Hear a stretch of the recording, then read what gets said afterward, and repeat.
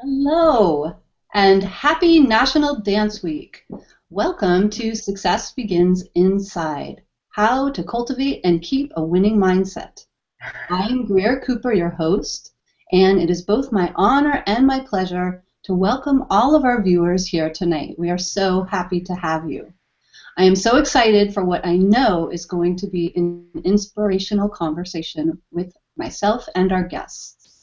Before we get started, I would like you to know that we do welcome comments throughout the program, and we are going to set aside a few minutes at the end for a short Q&A. So let's get started, shall we? I'd like to introduce our guests, beginning first with Zippora Karz. Zippora is a former soloist with the New York City Ballet, where she was featured in a variety of roles choreographed by George Balanchine and Jerome Robbins, as well as works choreographed for her by Peter Martins and Lynn Taylor Corbett. She is a repetiteur for the George Balanchine Trust and a teacher and private coach in Los Angeles. Zippora is a faculty member of the Gloria Kaufman School of Dance at USC and the Colburn Dance Academy. She is the author of The Sugarless Plum, which details her life as a ballerina with type 1 diabetes, and Ballerina Dreams, her story for children. Welcome, Zippora. We're so pleased to have you. I'm so happy to be here. Awesome.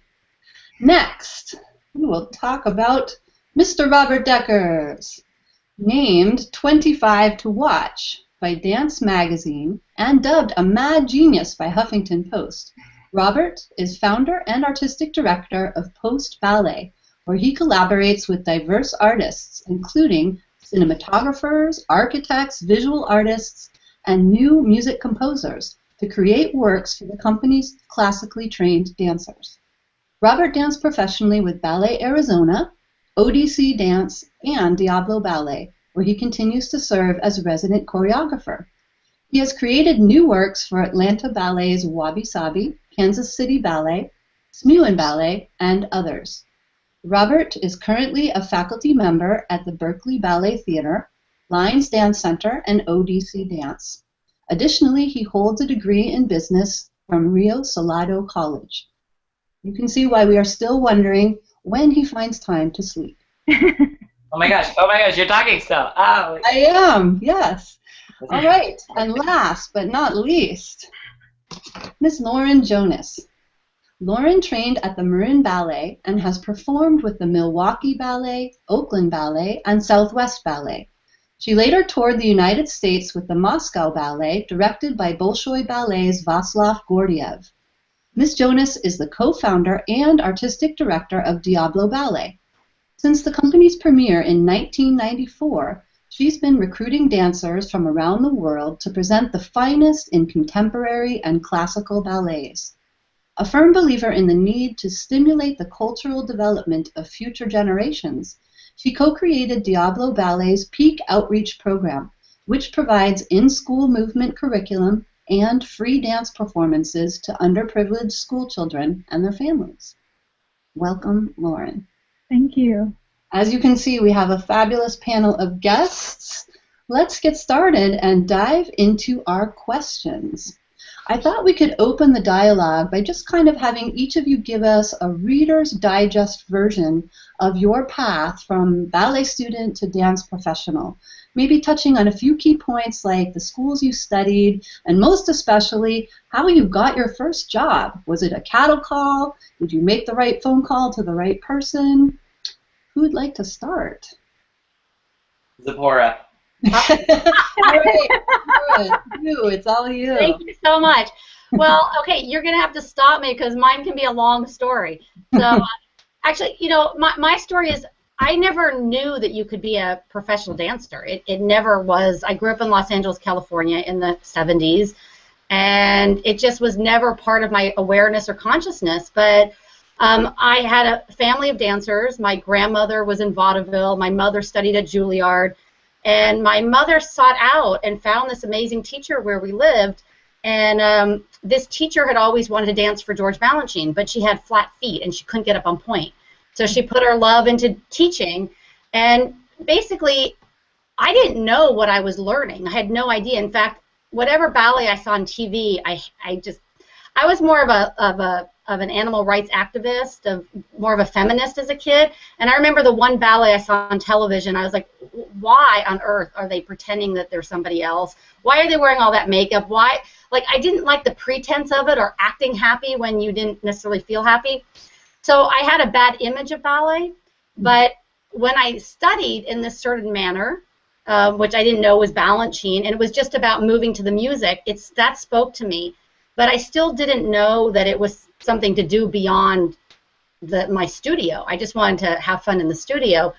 And it was really my teacher. It was really my teacher who recognized my talent, and she's the one who made sure that I auditioned for summer programs. And that becomes a longer story of how you weed out and find the right place. But I actually wasn't going to go to New York, because I went for one summer, and I was really intimidated. I always say I was more colt than thoroughbred. I really was a long-time developer. I mean, you saw me, Grier. I mean, I was like tiny, and I looked really, really young, and things were not easy for me as far as the turns and the jumps. But I had lots of passion and lots of musicality. But tiny, and I looked really, really young. I didn't feel like I could compete in New York. And so I went there one summer. I was like, wait, this is just not for me. I didn't have it in me. And so I was going to go, actually in those days, to San Francisco, where Lou Christensen was the director, and they were really nice there, and they really liked me. So it was really my teacher who really pushed me to go back to New York. And so in my personal story, my mom had been divorced, and her boyfriend was abusive to me, and I never wanted to be at home. So I spent a lot of time in the ballet studio, because that was the only place that I felt. I always say it's not that I was running away from my life. It was that I felt like I was finding my life. I was finding something I liked about myself, where I didn't feel that way reflected in any other place in my life. And so I worked really hard that year, and that was like a year that I was like 14, and I grew 5 inches. And I got really strong. So it was when I went back to New York that summer that they took notice to me, and that was when I stayed for the winter. And then from there, I don't know how much else you want to hear of that. Things just sort of, developed from there. But that's how I got to SAB. Really, I would have never gone on my own volition. It was never my dream. I hadn't even seen a live performance until I got to New York and was a winter student. I hadn't really seen the New York City Ballet at all. So it was kind of just once I got there and Balanchine was still alive, and I sort of walked into this world of like, wait a minute, who didn't tell me? Who didn't tell me that this exists? Right. So it was a big, oh my gosh, I can't believe that something so magical exists, and I get to be here. And then that led to your first job. Yes, that led to my first job. Was unfortunately Balanchine died. I was the last group that he picked, and then the first group of Peter Martins and Jerome Robbins as co-directors. And so my first job was with New York City Ballet, and I was made an apprentice when I was 17, and it was a I'd say a very difficult time to get into the New York City Ballet. I mean, you were there. I mean, it was a really daunting time when the Balanchine had just died, and we're kind of like, here we are, we're so excited, and everybody's just like the grief, and we were all in grief and the instability. It was a strange time, but yeah, that was my first job. Cool. Well, it sounded like a straightforward process, pretty much. Go to SAB, and then eventually that turned into apprenticeship and company member, and that's. Yeah, I'd say my challenge was more the physical weaknesses in my body were more of a challenge, and then being diagnosed with an illness my 3rd year in the company. Right. Well, let's talk about that a little bit later when we talk about challenges. Yes. Check in our other guests and see about how you guys went from beginning to professional. Robert, you were the one who were directing people on storytelling, so let's have you tell us your Reader's Digest version, huh? Put Zippora on the spot because she's the only one that can't come after me tonight after the right. Bay Area. No, well, I started dancing. I grew up in Loganville, Georgia, and the town motto there is actually "Where's Loganville?" So there you go.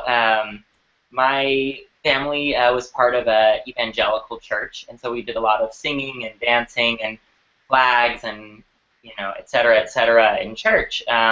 and my mom had 1 semester of college modern dance that she had, and so thus was the best and most advanced trained dancer at the church and led the dance department.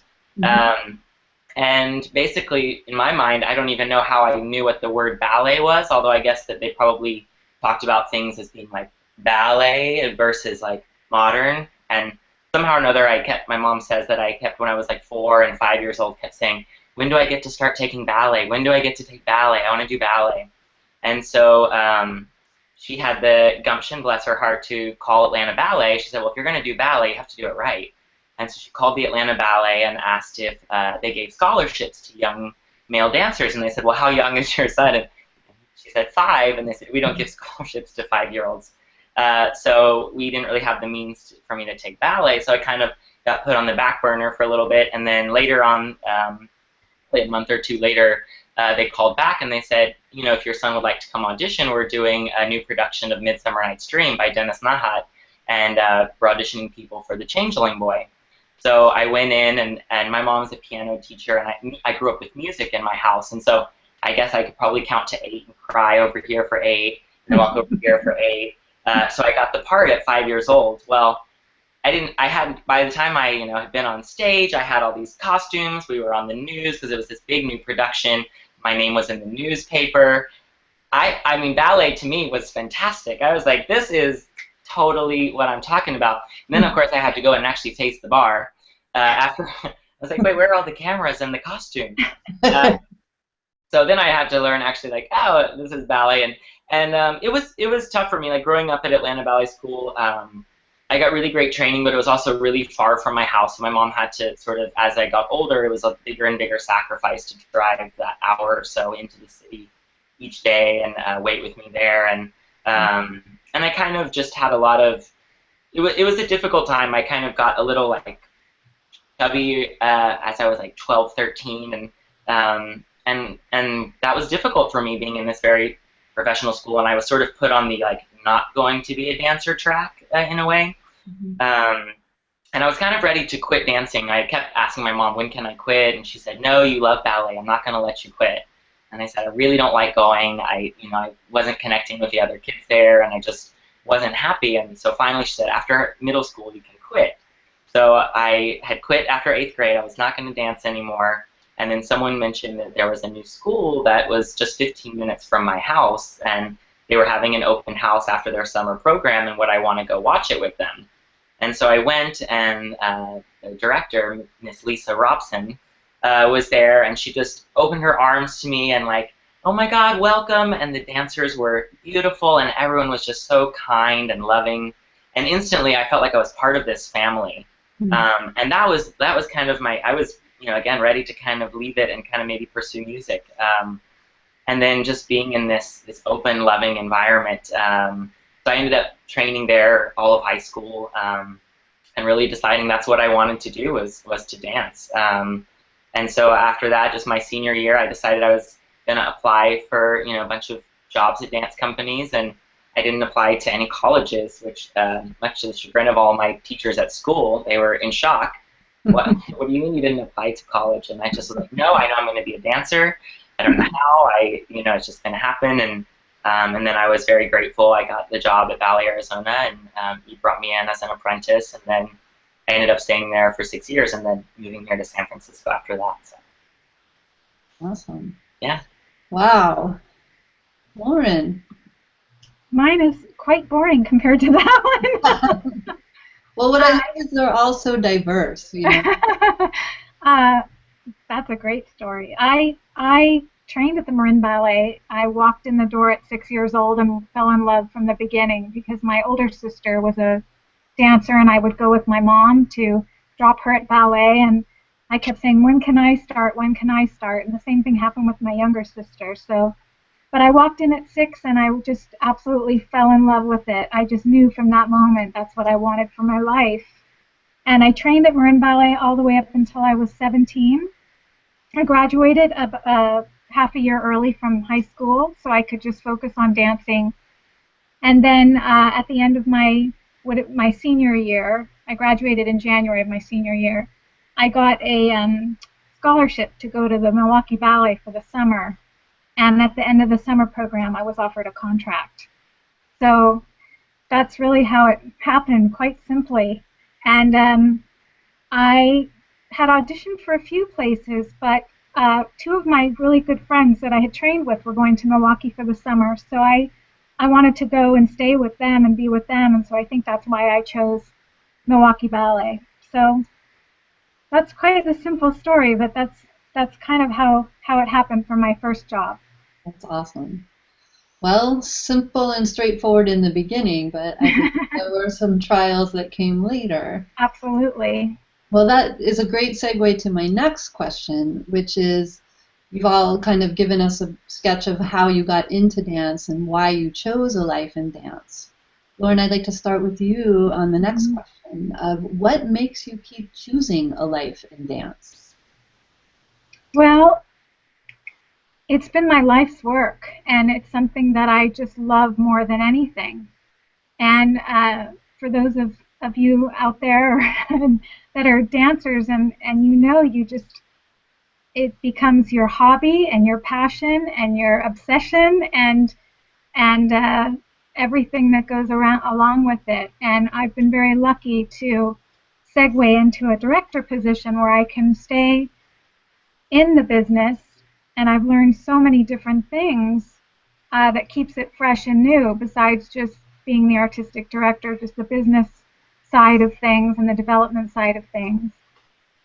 But I love being in the studio and coaching the dancers, and that's my most favorite. But it's interesting because when I was dancing, I loved every moment, even the hard times and the challenges, and I had a lot of challenges. But it's something that I love so much, and I really can't imagine my life without it. And again, I feel so blessed because so many dancers leave their profession and they don't get to stay in it, whether it's their own decision or it's not their own decision. So I feel very fortunate that I have been able to stay in it so long. Awesome. I would love to hear everybody else's thoughts on that. Robert, Zippora, either of you? Robert, you go ahead. What makes me stay in it? Yeah, I think what Lauren said is so true. I mean, like anything, I mean, it's the biggest gift to find something in this life that we love to do, and I wish that for every person more than money, fame, anything. I mean, to just wake up in the morning and be excited about what you do is truly the biggest gift, and I think less people get to experience that than they should. And and that was kind of, for me, always my big thing is like, what does my heart tell me? What do I want to be doing? And it just keeps bringing me back, as a dancer, and then now expanding into like choreographing and teaching. There are some people who want to leave and go do other things and like become a doctor, and I think that's super exciting too, to see, friends of mine who I danced with who are now, lawyers and professors and all these just different walks of life and it's kind of such a fun thing about being a dancer is you can have two different careers in your life. But for me, it's like just the idea of not going to a studio and being in that environment where creativity and connection are at the forefront of the day is like, yeah, it's everything for me. Awesome. Nice. Me? Yes. Okay. It's interesting. I'm thinking a teacher influenced my teaching, as just like my teacher influenced me becoming a professional dancer. After my career with New York City Ballet and dealing for so many years with type 1 diabetes, I actually wanted far away from dance. And I really didn't see myself staying within dance. And mostly because it had been such a struggle. And I just didn't see how I just wanted away for a minute, something completely new.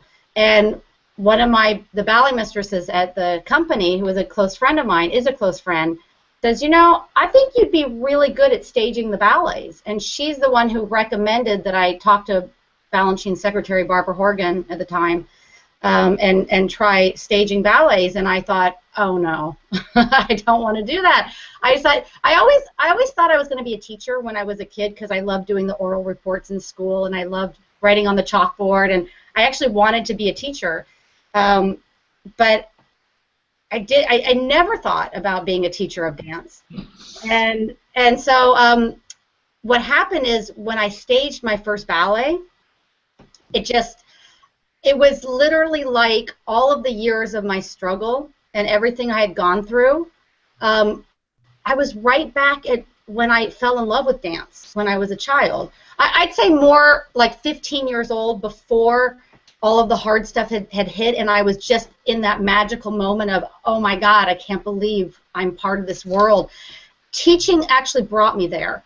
And everything I went through and the struggles with my body and the dysfunctions of the career, all of a sudden it was just gone. And I thought, you know, I had such an aha moment. I was like, I don't have to teach it as part of the dysfunction and part of what I didn't like about this profession. I can actually teach it from a different place. And so that kind of like opened everything up. And then, of course, having a life as a teacher and financially supporting yourself is a whole different thing. And so it took me years kind of to establish myself and to see. I never really wanted to have like a ballet mistress position. So if freelance wasn't going to work, I still wasn't going to do this, and somehow it's kind of worked for, it's been 16 years now. I've actually been a teacher now the same amount of years as I dance. So just last year I thought, gee, I think I can start relaxing that like I can do freelance and it's going to be okay. So there's definitely not any job security in being a freelance ballet teacher, but it's what both of them were saying is that it has allowed me to keep it from having to be kind of in a box and feeling like I'm being sucked dry as a job. Mm-hmm. And I feel like I always get to come from that place of how much I love the art, and to be able to give it back from such a place of purity is just, I'm just reverent, and I feel so honored. And so I don't think teaching will ever be the same as performing, as far as, you know, that vulnerability and that exposure of your own soul. And yet it's like when you become a parent, you know, it's the giving back, it's the love, it's the nurturing. And so it's allowed me to experience all those things. I'm not a mother in this life, so I feel like I have lots of kids, and I get to experience all those parts of ways to give and love within this incredible profession. So that's why I stay in it as a teacher. Awesome. Thank you, guys. I am wondering, all of you have had professional careers. Some are still in the middle of that as professional dancers, but now you're also teachers, coaches.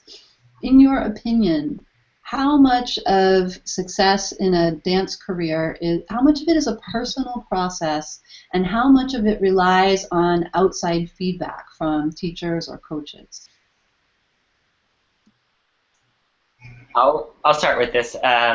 You know, as I mentioned, like when I went into high school, I switched to actually a smaller school where there was one lead teacher and a few other teachers that taught the sort of advanced students. And Miss Lisa, as I call her, you know, she opened not only her arms but her home to me, and just really became like a second mother to me. And she nurtured me, and she taught me that, you know, if you love something, then that's all that matters, and to pour yourself into it, and, you know, always be present, always work 100%, but also like give yourself appreciation, and just all of these amazing things that really, to me, have defined my character and really made me the person that I am today. And so, you know, as a person who's now coming into teaching, especially working with like adolescents, like, it's just so inspiring to be able to take some of that. You know, I mean, I feel like I don't even know what my life would be like without that teacher in particular and the guidance she gave me. And so I think, you know, there's so much that we have to find on our own, but the role that the teacher and the mentor, you know, have on young dancers and also on professional dancers is just huge. You know, someone said to me once, like, it's like you're watering flowers, and every one of your flowers takes a different. Some need a little bit of sunshine, them need to be in the shade more, and you just let them go, and you come in, and you have this whole garden with the dance company where everyone has these different personalities and different needs, and that's, part of the fun is how do you sort of cultivate this garden so that it blossoms, as this beautiful thing, and there's not competition, and sort of just creating the most harmonious environment that you can. And I think that, as a leader in the dance studio, whether it's as a teacher or choreographer, that I have that chance to kind of create a space that is positive and is uplifting for the dancers. And so I think that the outside influence of the mentor touched me greatly and has been kind of a big source of inspiration for me going forward. I have to agree with Robert. When I was training, Maria Vey was a huge influence on me as a person and as a dancer. And I really, even to this day, I love working in a collaborative way. I don't prefer just to work on my own. And so as a student, it made me grow in so many ways, and I really needed that constant support and even criticism and affirmation, all of the above. And then after I danced professionally, on my breaks, I would study with Sally Streets, and she refined my artistic and technical being even more, and she became quite a mentor to me, and is still that to this day. But as a director, I see the same thing with dancers. There's a comfort level when a dancer knows that they're being looked after in a rehearsal, and that to me gives me quite a bit of pleasure to be able to provide that, because as you know, when you get on stage, it's a very exposed environment, and it feels so much more comforting to have somebody looking after you, but then giving you the freedom to go out on stage and be yourself and give what you can bring to the audience and to yourself. But having that person guide you through that process, I can see with the dancers, in particular at Diablo Ballet, what that does. And I know that did a lot for me as well. Awesome. Thank you. Well, we've talked about the role of mentors. I'd like to push it over to the other side and talk a little bit more about your personal process in terms of how you stay motivated, how you stay positive, because as we all know, this is a career that isn't an easy road. And I'm sure every single one of us could share stories all night about the challenges that we've come up against. So what's your secret? How do you guys stay motivated and positive? If you're talking about as a student or as a professional or all the above, or, for me, staying motivated as a student was easy because I loved it so much, and I just wanted to keep getting better and better and challenge myself always. As a professional dancer, it was the same, and even through the really hard times and the negative experiences, the love of dance and how much I absolutely was in love with it sort of overcame everything to me. Even when I would be down or go home crying, the next morning I would wake up and I just had that love inside me, and I just was constantly ready to continue to challenge myself. And it's the same thing as directing a ballet company. There's a lot of things that go on a daily basis that you feel kind of you're climbing up the mountain and then you get knocked down. But again, it's that love I had since I was a little girl that has just kept me going. I think a lot of people in my position may not have continued as long as I have, whether it be a dancer or now a director. But maybe I'm just, call me insane and crazy, but I just, I just love this, and that's what keeps me going through everything. Awesome. Would either Robert or Zippora, would either of you like to add anything? Yeah, I'll add. I always had one foot out the door. I mean, from the very beginning, and the reason that I actually constantly, it bothered me. It bothered me after a period, and this is, we'll talk more about challenges later on, but my challenges were so big with my health that I started to question myself if it wasn't an unhealthy thing that I couldn't let go. That maybe I was holding on because I didn't know if I would ever find something I loved so much. And so I was always in this kind of like, is this an unhealthy aspect of me that can't let go? And yet I couldn't. I mean, it's what we're all saying. I think when you find something in this life that is so connected to who you are, and like, it's almost like I think of if our soul had a tone and a note, and we found that note or that color, and we found what that is, and it's so you, like you can't let go of that. Like, why would you want to live your life being a different color or a different tone? And so I felt, for me, there was no life without the dance. And so, like I said, my dilemma was, what's realistic, and am I just not accepting what the cards that have been given to me? And everybody has their challenges, and some people get injured, some people have a weight thing, and for me it was just a health situation, and maybe this is I'm just too stubborn to accept that it's just not going to happen. And that was a daily question that I had.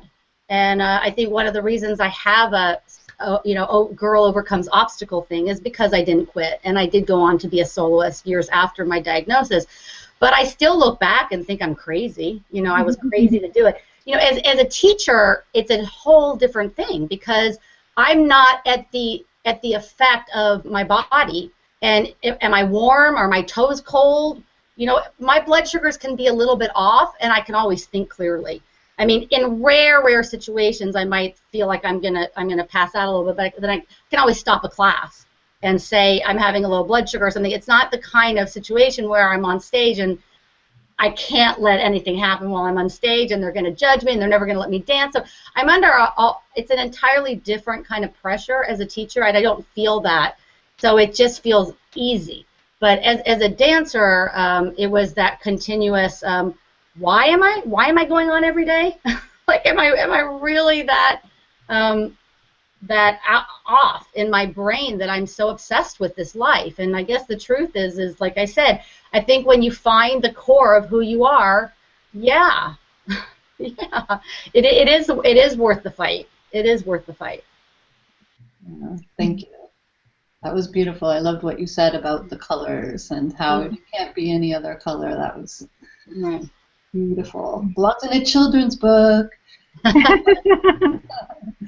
Well, I heard the word pressure in the last bit of what you were sharing with us, Zippora, and that's another thing that I think everyone wrestles with in a dance career. There is a lot of pressure to become better, to perform as well as you can, and there are no redos. Sometimes we have to deal with some pretty stressful situations. I mean, auditions being probably one of the most stressful. I think we can all agree on that. Do you guys have any particular techniques that you use, affirmations, or any other techniques that you would like to share to help you get ready for things that are challenging situations of any type? I'll share about a performance, but after you go ahead. You go ahead, Robert. No, darling, you go first. No, I just did a whole spiel. You go. I like your spiel. Oh. Well, this is sort of as far as like, I mean, definitely we've all gone through all the dilemmas as a dancer. You're auditioning and you're sort of like just there and like, please take me, and so there's, and then as a choreographer now, of course, I'm constantly putting myself on the line, both to directors in looking for work, but also to an audience. Like every time I put a new piece on stage, there's that moment when the curtain goes up, it's like, oh no, what if everyone hates this and the people like boo, you know, and like and just sort of like being okay to just be vulnerable and be open to whatever happens and sort of I think that a big thing for me has been like I'm still working on it, but learning to remove like having to like be right or do it the best that you know like putting these sort of unreal expectations on myself that if I'm not able to like live up to that I get really upset and I have to like know that if I put myself into it, if I pour my heart into something, it's only going to be the best it can be. I mean that's and I have to just trust that that is what it is and you know it's like when I go in to make a work now because it is a lot of pressure to walk into a room and everyone's sort of standing there, especially if it's a new place you don't know the dancers, you know they're all mad because they're sore from you know the show last weekend and it's just sort of this like energy and you're like so nervous and I find for me what helps is going in like doing all my homework, being really prepared and know exactly what I want to do and then walking into the space being totally open to just throwing that all away and just being in the moment and what are the dancers feeling and if I have an idea and something is happening over here instead of no I want to do it this way like how can I sort of be an observer of the reality around me and respond to that? And I think that as a dancer, that's an important skill as well, like being not just about being able to do your pirouettes and your tours, etc., but how are you responding to the environment around you? And as a choreographer, I look for dancers who can do that, who can really be present in the moment, who can make those sort of choices because that's sort of the hardest thing and the most beautiful thing to see when something doesn't go perfectly, and those are always the moments that creativity and beauty are really allowed to flourish, and so I think that's sort of my thought on that is going into something with all of your work done and then being okay to just be and let it happen how it needs to. Awesome. Well, yeah, Can I add something, Bert? You okay if I add something? Please do. Okay, so for me, one of the things I learned, Suzanne Farrell actually taught me this, which was I did all the time. She taught me about visualizing and the importance of putting the music on and going home, putting all the lights off, and just seeing yourself doing it the way that you want to. So you send the messages to your body of the you know how you want to be. And I struggle with it a lot. I always see myself falling down. But I came to do that all the time. I really put the time and the energy into exploring what it was, what my heart felt, how the music moved me, besides just the work in the classroom. But and I did affirmations. Yes, I did the all the positive things to kind of pump myself up. But I think one of the things that I learned so much about was there was one, this is a performance in particular, and I was really, really nervous and having a lot of anxiety. It was before a performance of the Sugar Plum Fairy and the Nutcracker. And I couldn't ground myself, and I couldn't feel my feet, and I kept trying to think positively, and nothing was working.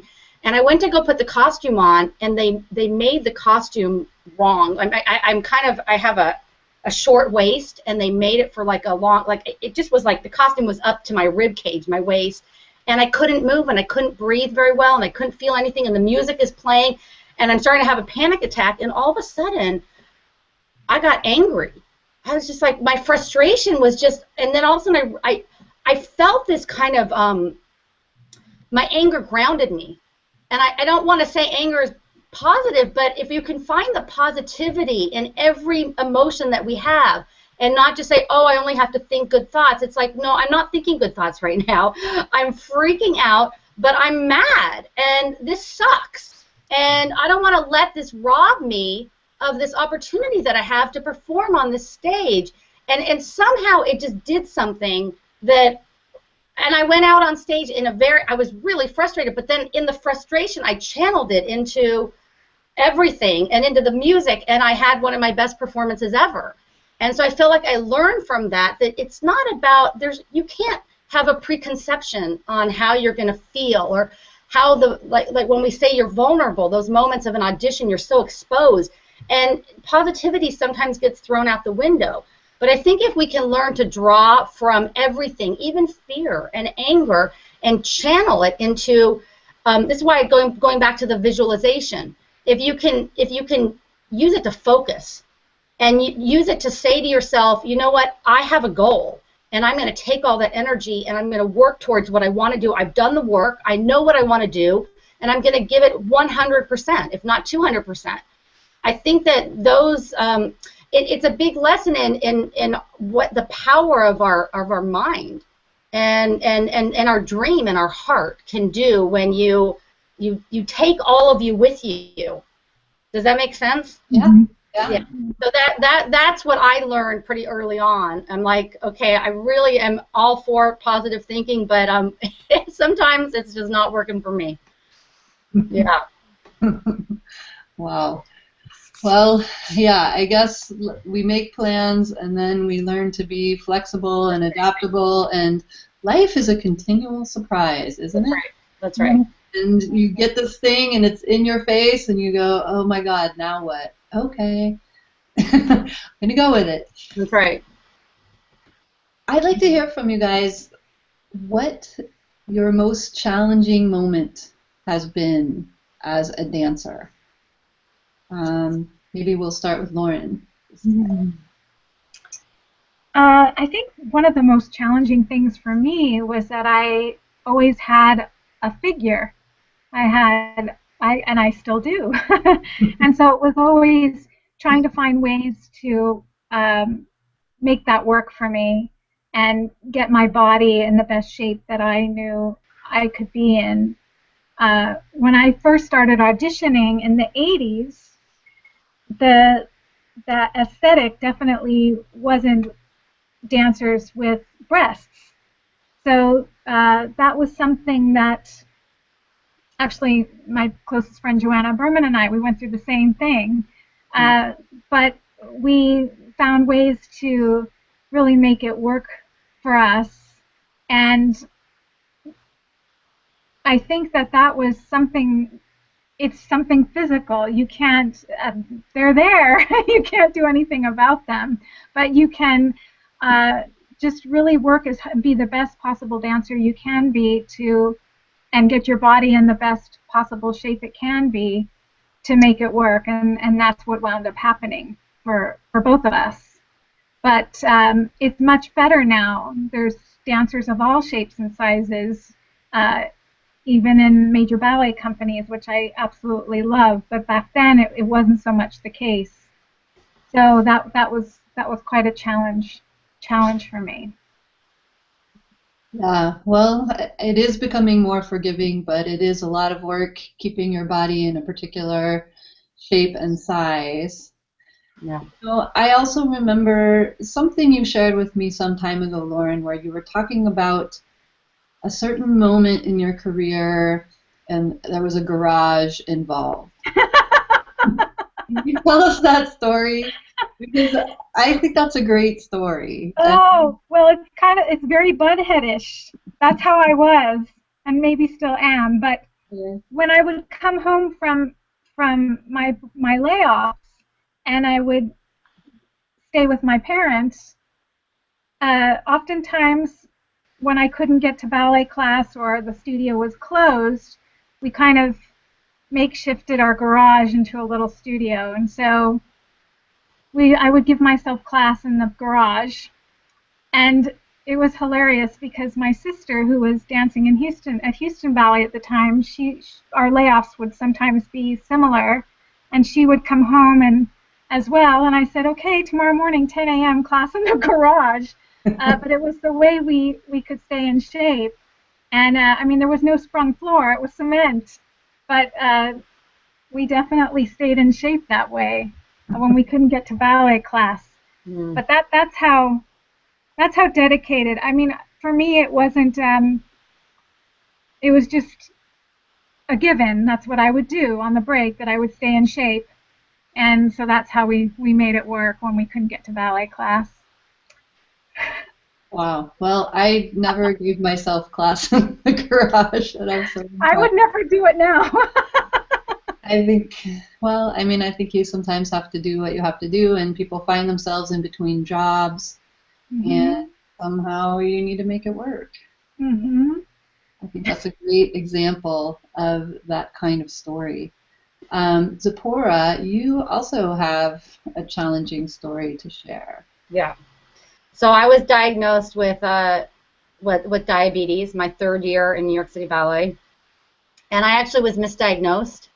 They call the 80s the dark ages of diabetes, and I'm glad I didn't know it at the time, because you always think your doctor knows everything and you listen to them. So basically I was diagnosed as, they didn't put me on insulin. So my diagnosis was not the most challenging moment, because I thought, you know, everything I read with diabetes, you can reverse it. Adult diabetes, type 2 diabetes, you can reverse it. You just eat better, you exercise, thinking, okay, I don't know how to exercise any more than I am, but you know, I'll try to eat better. And so I went 2 years at the beginning of my diagnosis not on insulin. And you know, the company knew, Peter Martins knew I was diabetic, but I was really, really determined to prove that nothing had changed and that I was still the same dancer. And so as I did that, things looked hopeful. He was still giving me leading roles. Everything was going well.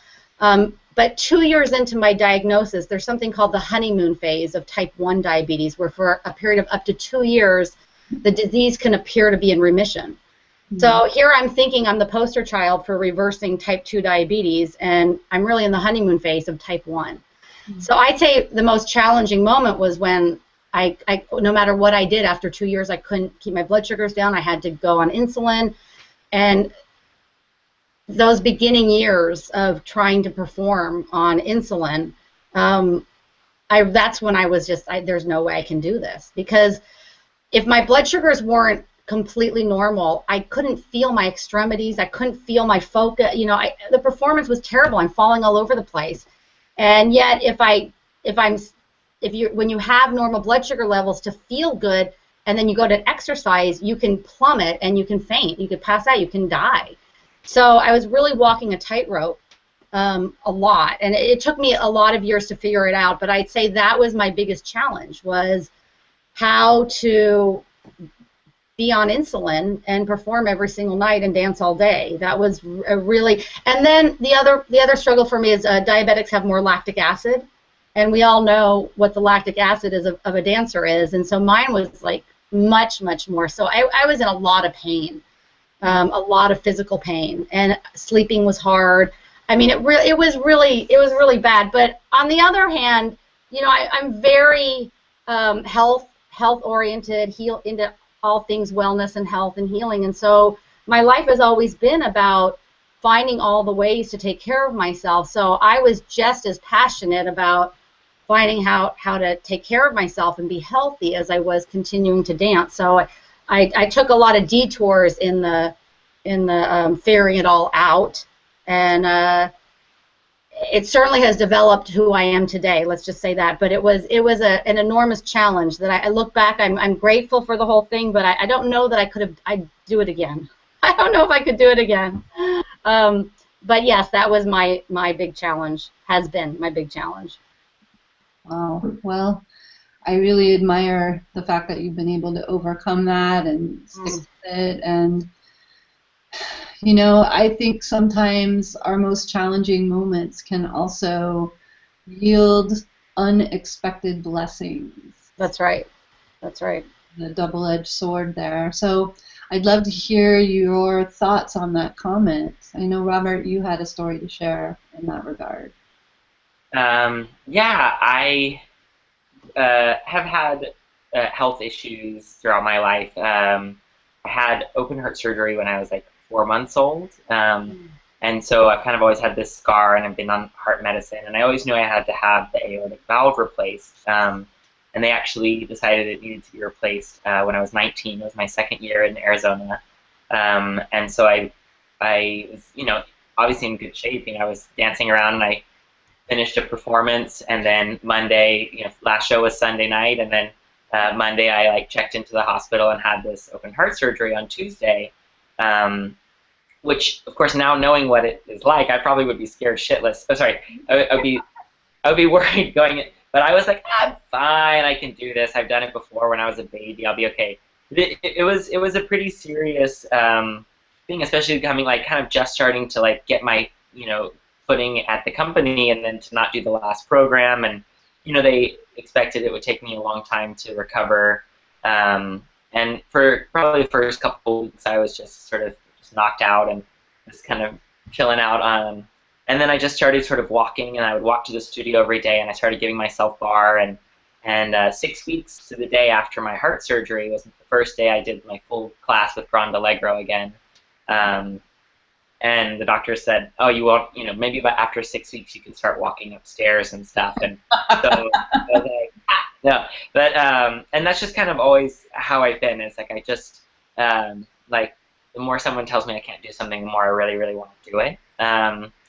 And so, which is a good thing and a bad thing. Sometimes it's been my big lesson in life is learning when okay, everything is telling me stop, maybe I need to stop, and have a moment.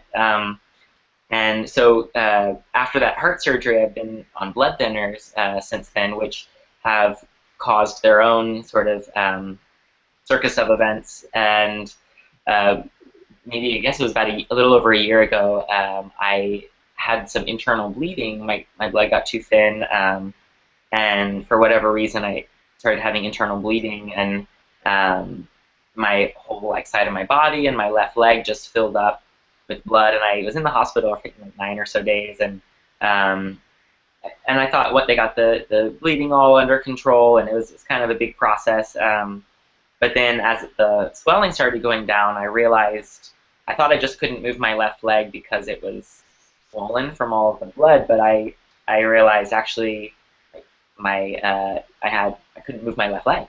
I just couldn't move it. So I went into the doctor, and they found that I had nerve damage in my lumbar plexus, which is kind of a nerve that comes from the spine. It wasn't actually in the spinal cord, but right off the spinal cord. And for several months, I couldn't move my left leg at all. It was a noodle, which was really tough. And I was supposed to be performing. Obviously, that didn't happen. I was supposed to be making works, and actually, the first piece I made, after that was with Diablo Ballet. I was making a piece for them, and I sort of had to sit down the whole time and make this work.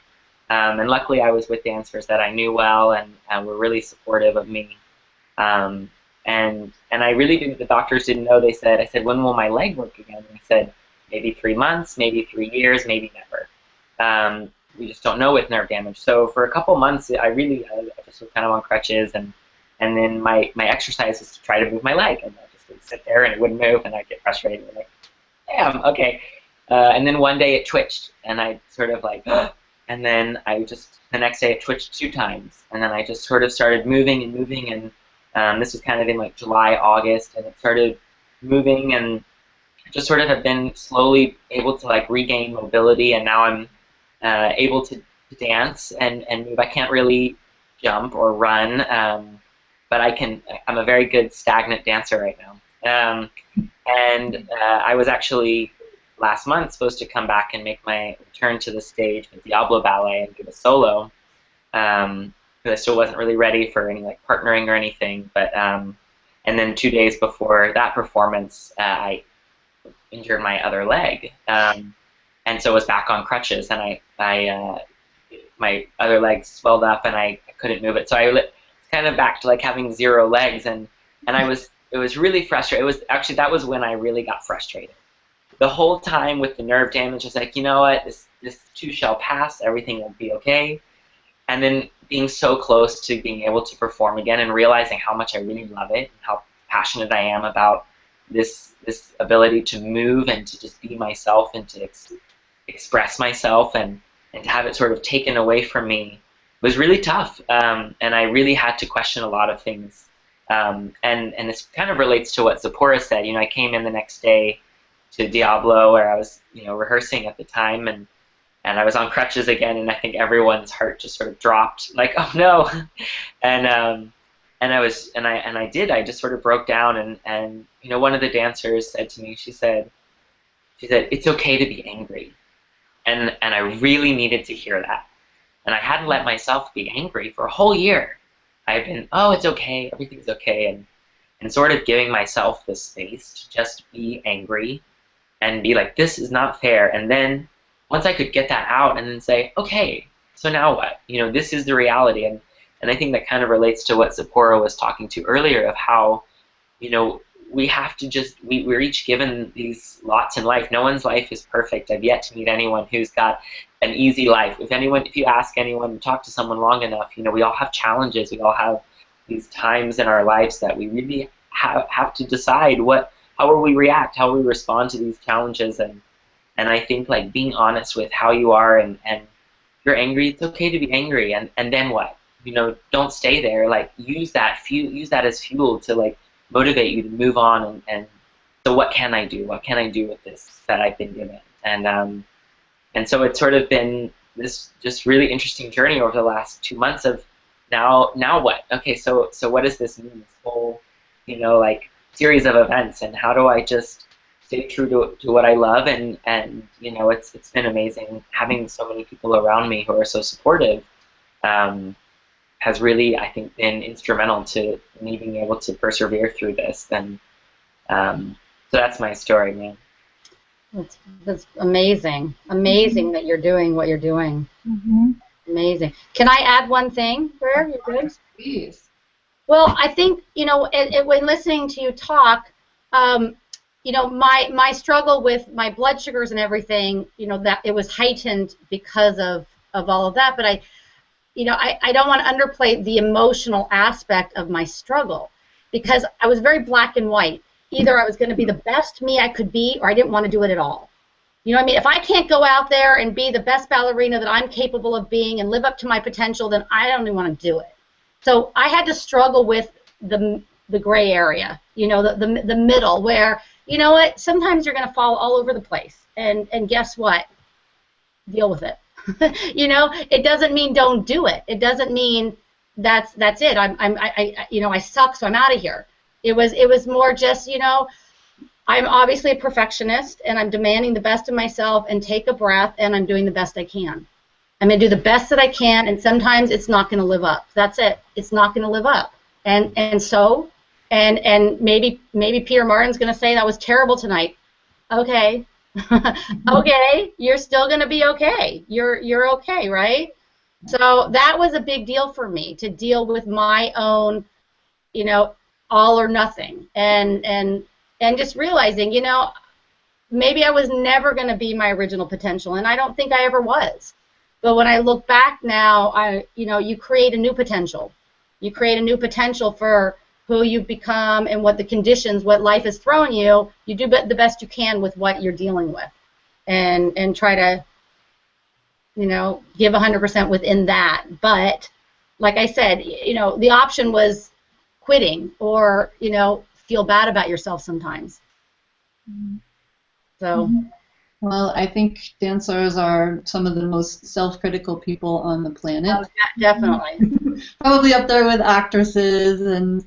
But you know what? I'm gonna say one more thing about that, because I think this is important too. Like I said, I was an animal rights activist. I was a very, you know, I wanted to be, you know, in politics. I was a very determined young kid, and so I resented the fact that I was so insecure.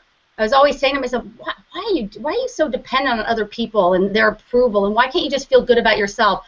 And I think what I had to come to terms with is that you know, we're so exposed, what we were saying before, and you're so vulnerable, and when you give that much, you do want to be received.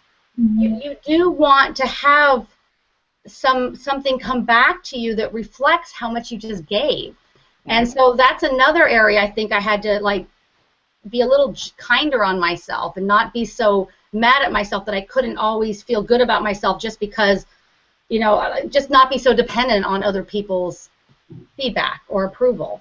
I think, you know, it just comes with, like you said, actors, actresses, any kind of artist. It's just, you're at your core, and I think that's a normal human experience to want to be validated in that place. Right. Yes, I would agree. How important do you think support from other people is, and how or where have you found that support? Lauren, we haven't heard from you for a bit. Do you have any thoughts? Well, I've been very fortunate to have a very supportive family, and my sisters were both professional dancers, so it was just the three of us, so we all lived that life together.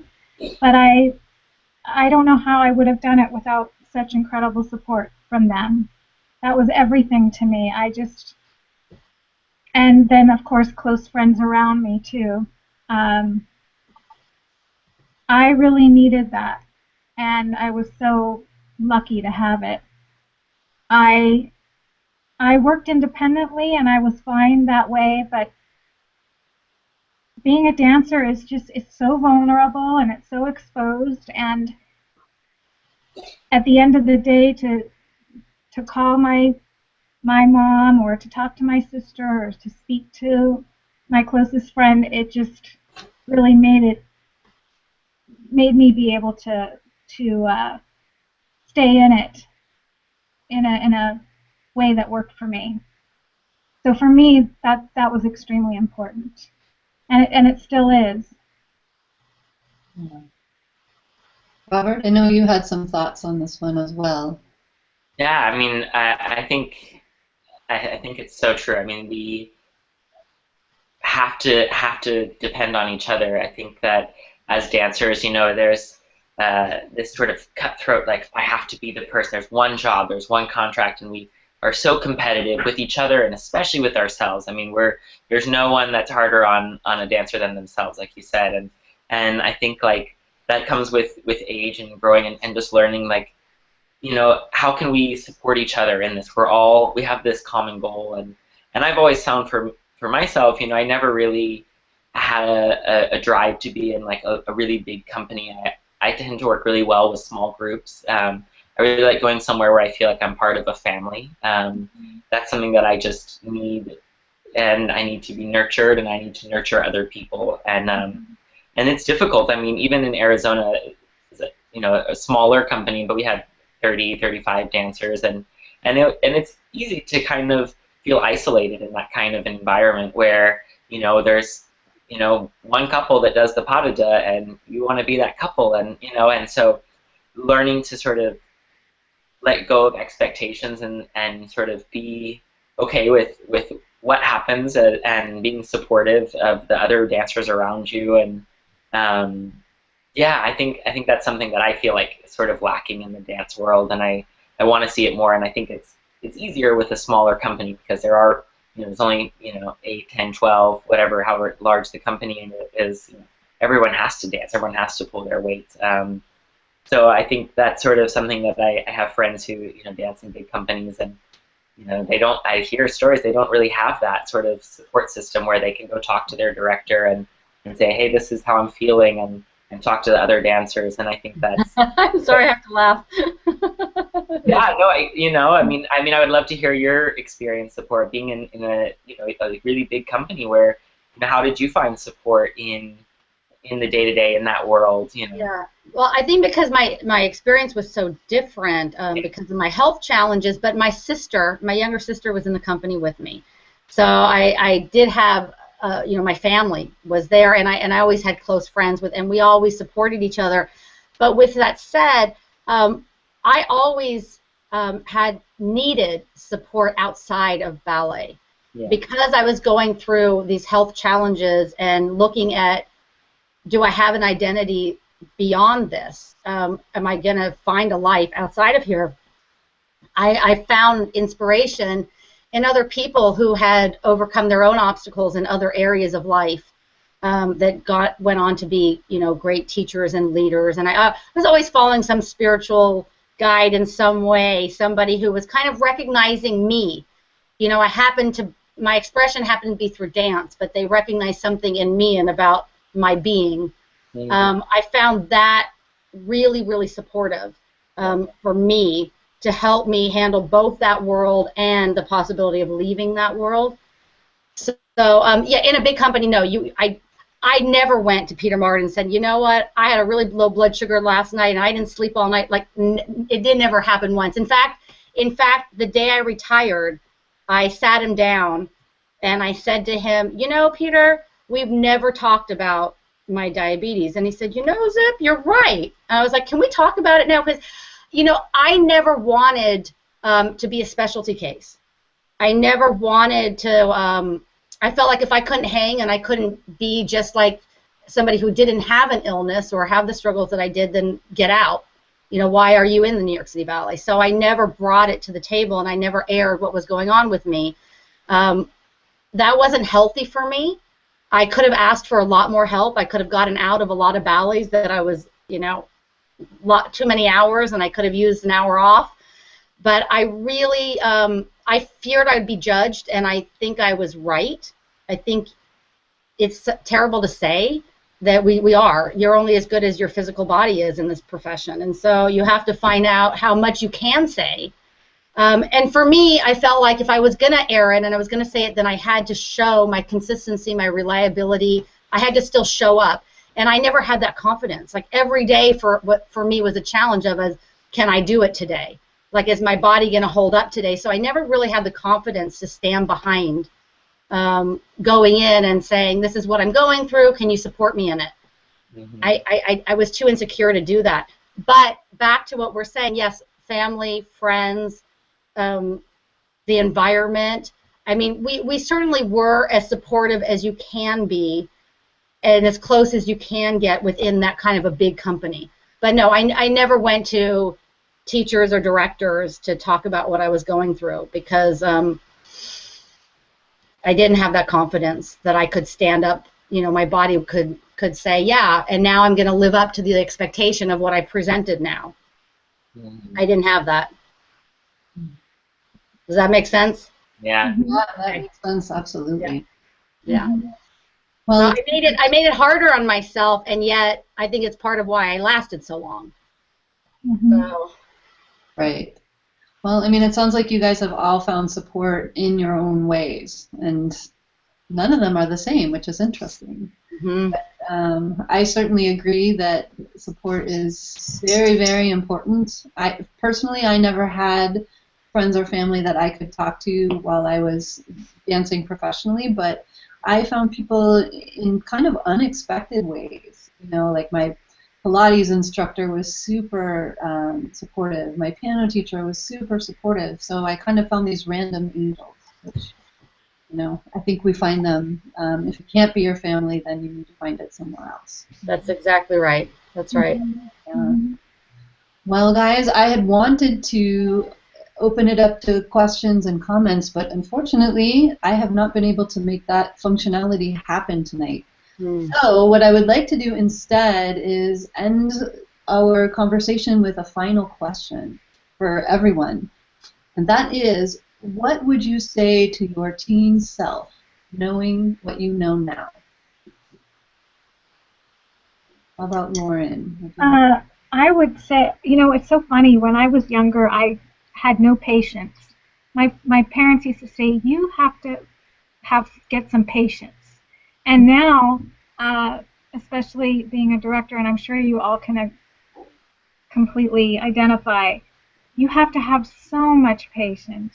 And if I only knew then what I know now about just being patient and taking a step back, not being too quick to react, just kind of sitting with issues, or whether it's good things or negative things, before reacting at all. I think when you're young, you become very reactive and don't really have the patience. And the other thing I would tell myself is to try to be flexible, as far as things are never black or white. And I think when you're younger, you tend to feel that way. But as you get older and things happen, as Robert said, nobody has a perfect life. And you need to learn how to adapt, being flexible, and just taking a step back and being patient. And I would absolutely just say that to my younger self. I was not that way whatsoever. Awesome. Thank you. How about you, Robert? It's a tough question. I think something that someone said to me when I was younger has sort of always stuck with me, and they said, "This too shall pass." And I think that whether as a dancer and you get injured, or just in life something happens that didn't go how you had planned, and it just seems like the end of your world, and we all set these expectations for ourselves that are just, especially as dancers, but I'm sure everyone does, we set this bar for ourselves, and when it doesn't happen, there's so much disappointment, and we get angry with ourselves, and it's knowing that, that wasn't the right path for me, and for me to look back now, moments in my life when I didn't get the job I wanted, or something didn't happen the way I envisioned it, and I knew I was supposed to have that because I had done all of the steps that I needed to take to get to that thing, and it didn't happen, and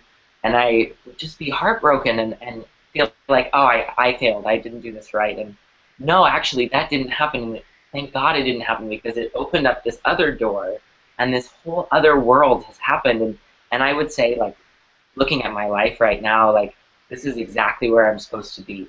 All the things I'm doing right now, all of the things that have happened to bring me to this place, I wouldn't change one thing. And I think that just knowing that, like, in those moments of difficulty, not feeling like the world is going to end, just say, hey, this is the reality that I'm in. There's something that's going to happen later, and I'll know why this is happening. I don't know now, and I just have to trust that this is all part of the plan, and just being okay with being in the moment, and being whatever happens, success, failure. A lot of times, I can point to a lot of failures that have happened in my life that have been the beginning of, I moved to San Francisco in 2008 to dance with ODC Dance, and I lost my job in 2009. And I'm like, oh my God, I just moved to this new city. Here I am thinking that I had this whole plan of how my life was going to go in San Francisco, and then I lose my job, and I'm like, I don't even know where I'm going to dance. Can I live here? Do I need to move? What's happening? And of course, I had the best idea that I would just start my own dance company. And in retrospect, seems like, what was I thinking? But that like sort of difficult moment, that challenge, actually provided this, like, almost like a forest fire, created this space for me to do something that is so right for me. And now it's like, oh my gosh, I can't imagine my life in a different way, in a different path. And so I think that's what I would say to my younger self, is like, this is how it's supposed to be. And I have to remember that now when the challenges happen now. Like, no, there's a reason. There's something that's happening, and just staying open and being, in tune with reality, and with where your life is headed. And but it's a hard lesson. I'm still figuring it out, man. Well, we're always a work in progress, aren't we? Yeah. Zippora, how about you? Yeah, I would just add to all of that. I think that expectations, patience. For me, it's when I think back on 15, because, like I said, I didn't know anything good about myself besides dance. There was this expectation that if I didn't have the dance, I didn't have anything in my life. So I would say the trust that there's more to you than who you identify yourself as, and if something falls through, you didn't fall through. You don't go with it. You take you with you, and experiences come and go in our lives, but we take ourselves, and that that essence that we are will go up and down, but not to feel so like, back and forth like you're in the dryer, in a spin cycle, I should say. Because I definitely was at the effect of all the things that happened, and people's reactions, and the approval, and I never really had that core. And I think now my greatest piece is just being, and just, the smallest things can, make me happy. And so I like that. So I'd say to my younger self, I guess the word trust and patience, and just trust the process of your life. what we've all said before. Is as corny as that sounds, I think it's very real. It's real. And I think for me today, I always feel like, you know, there's no do-over. And I always want to be aware and conscious, like, of this moment, and that I'm here and that I'm alive, and what I'm allowed to partake in. So it's not that I don't think I had that as a 15-year-old, but it came with, and then something has to happen because of it. There was a tagline, there was an expectation. It didn't just exist because of the experience. Do you know what I mean? Something was supposed to happen because of the experience. Like, now I'm going to get the job. Now I'm going to get the part.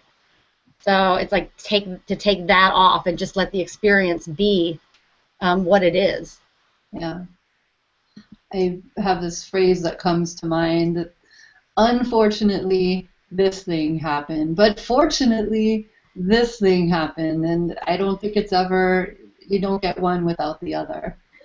Wow, I wish I had known all of you guys as my teen self. Right, you would have fun. A little bit easier. Oh, man. Well, sadly, it is time for us to wrap things up. I would first of all like to thank all of our viewers for tuning in tonight. Thank you so much for joining us. I do have a quick announcement as well, and I'll make it very quick. It is a shameless plug.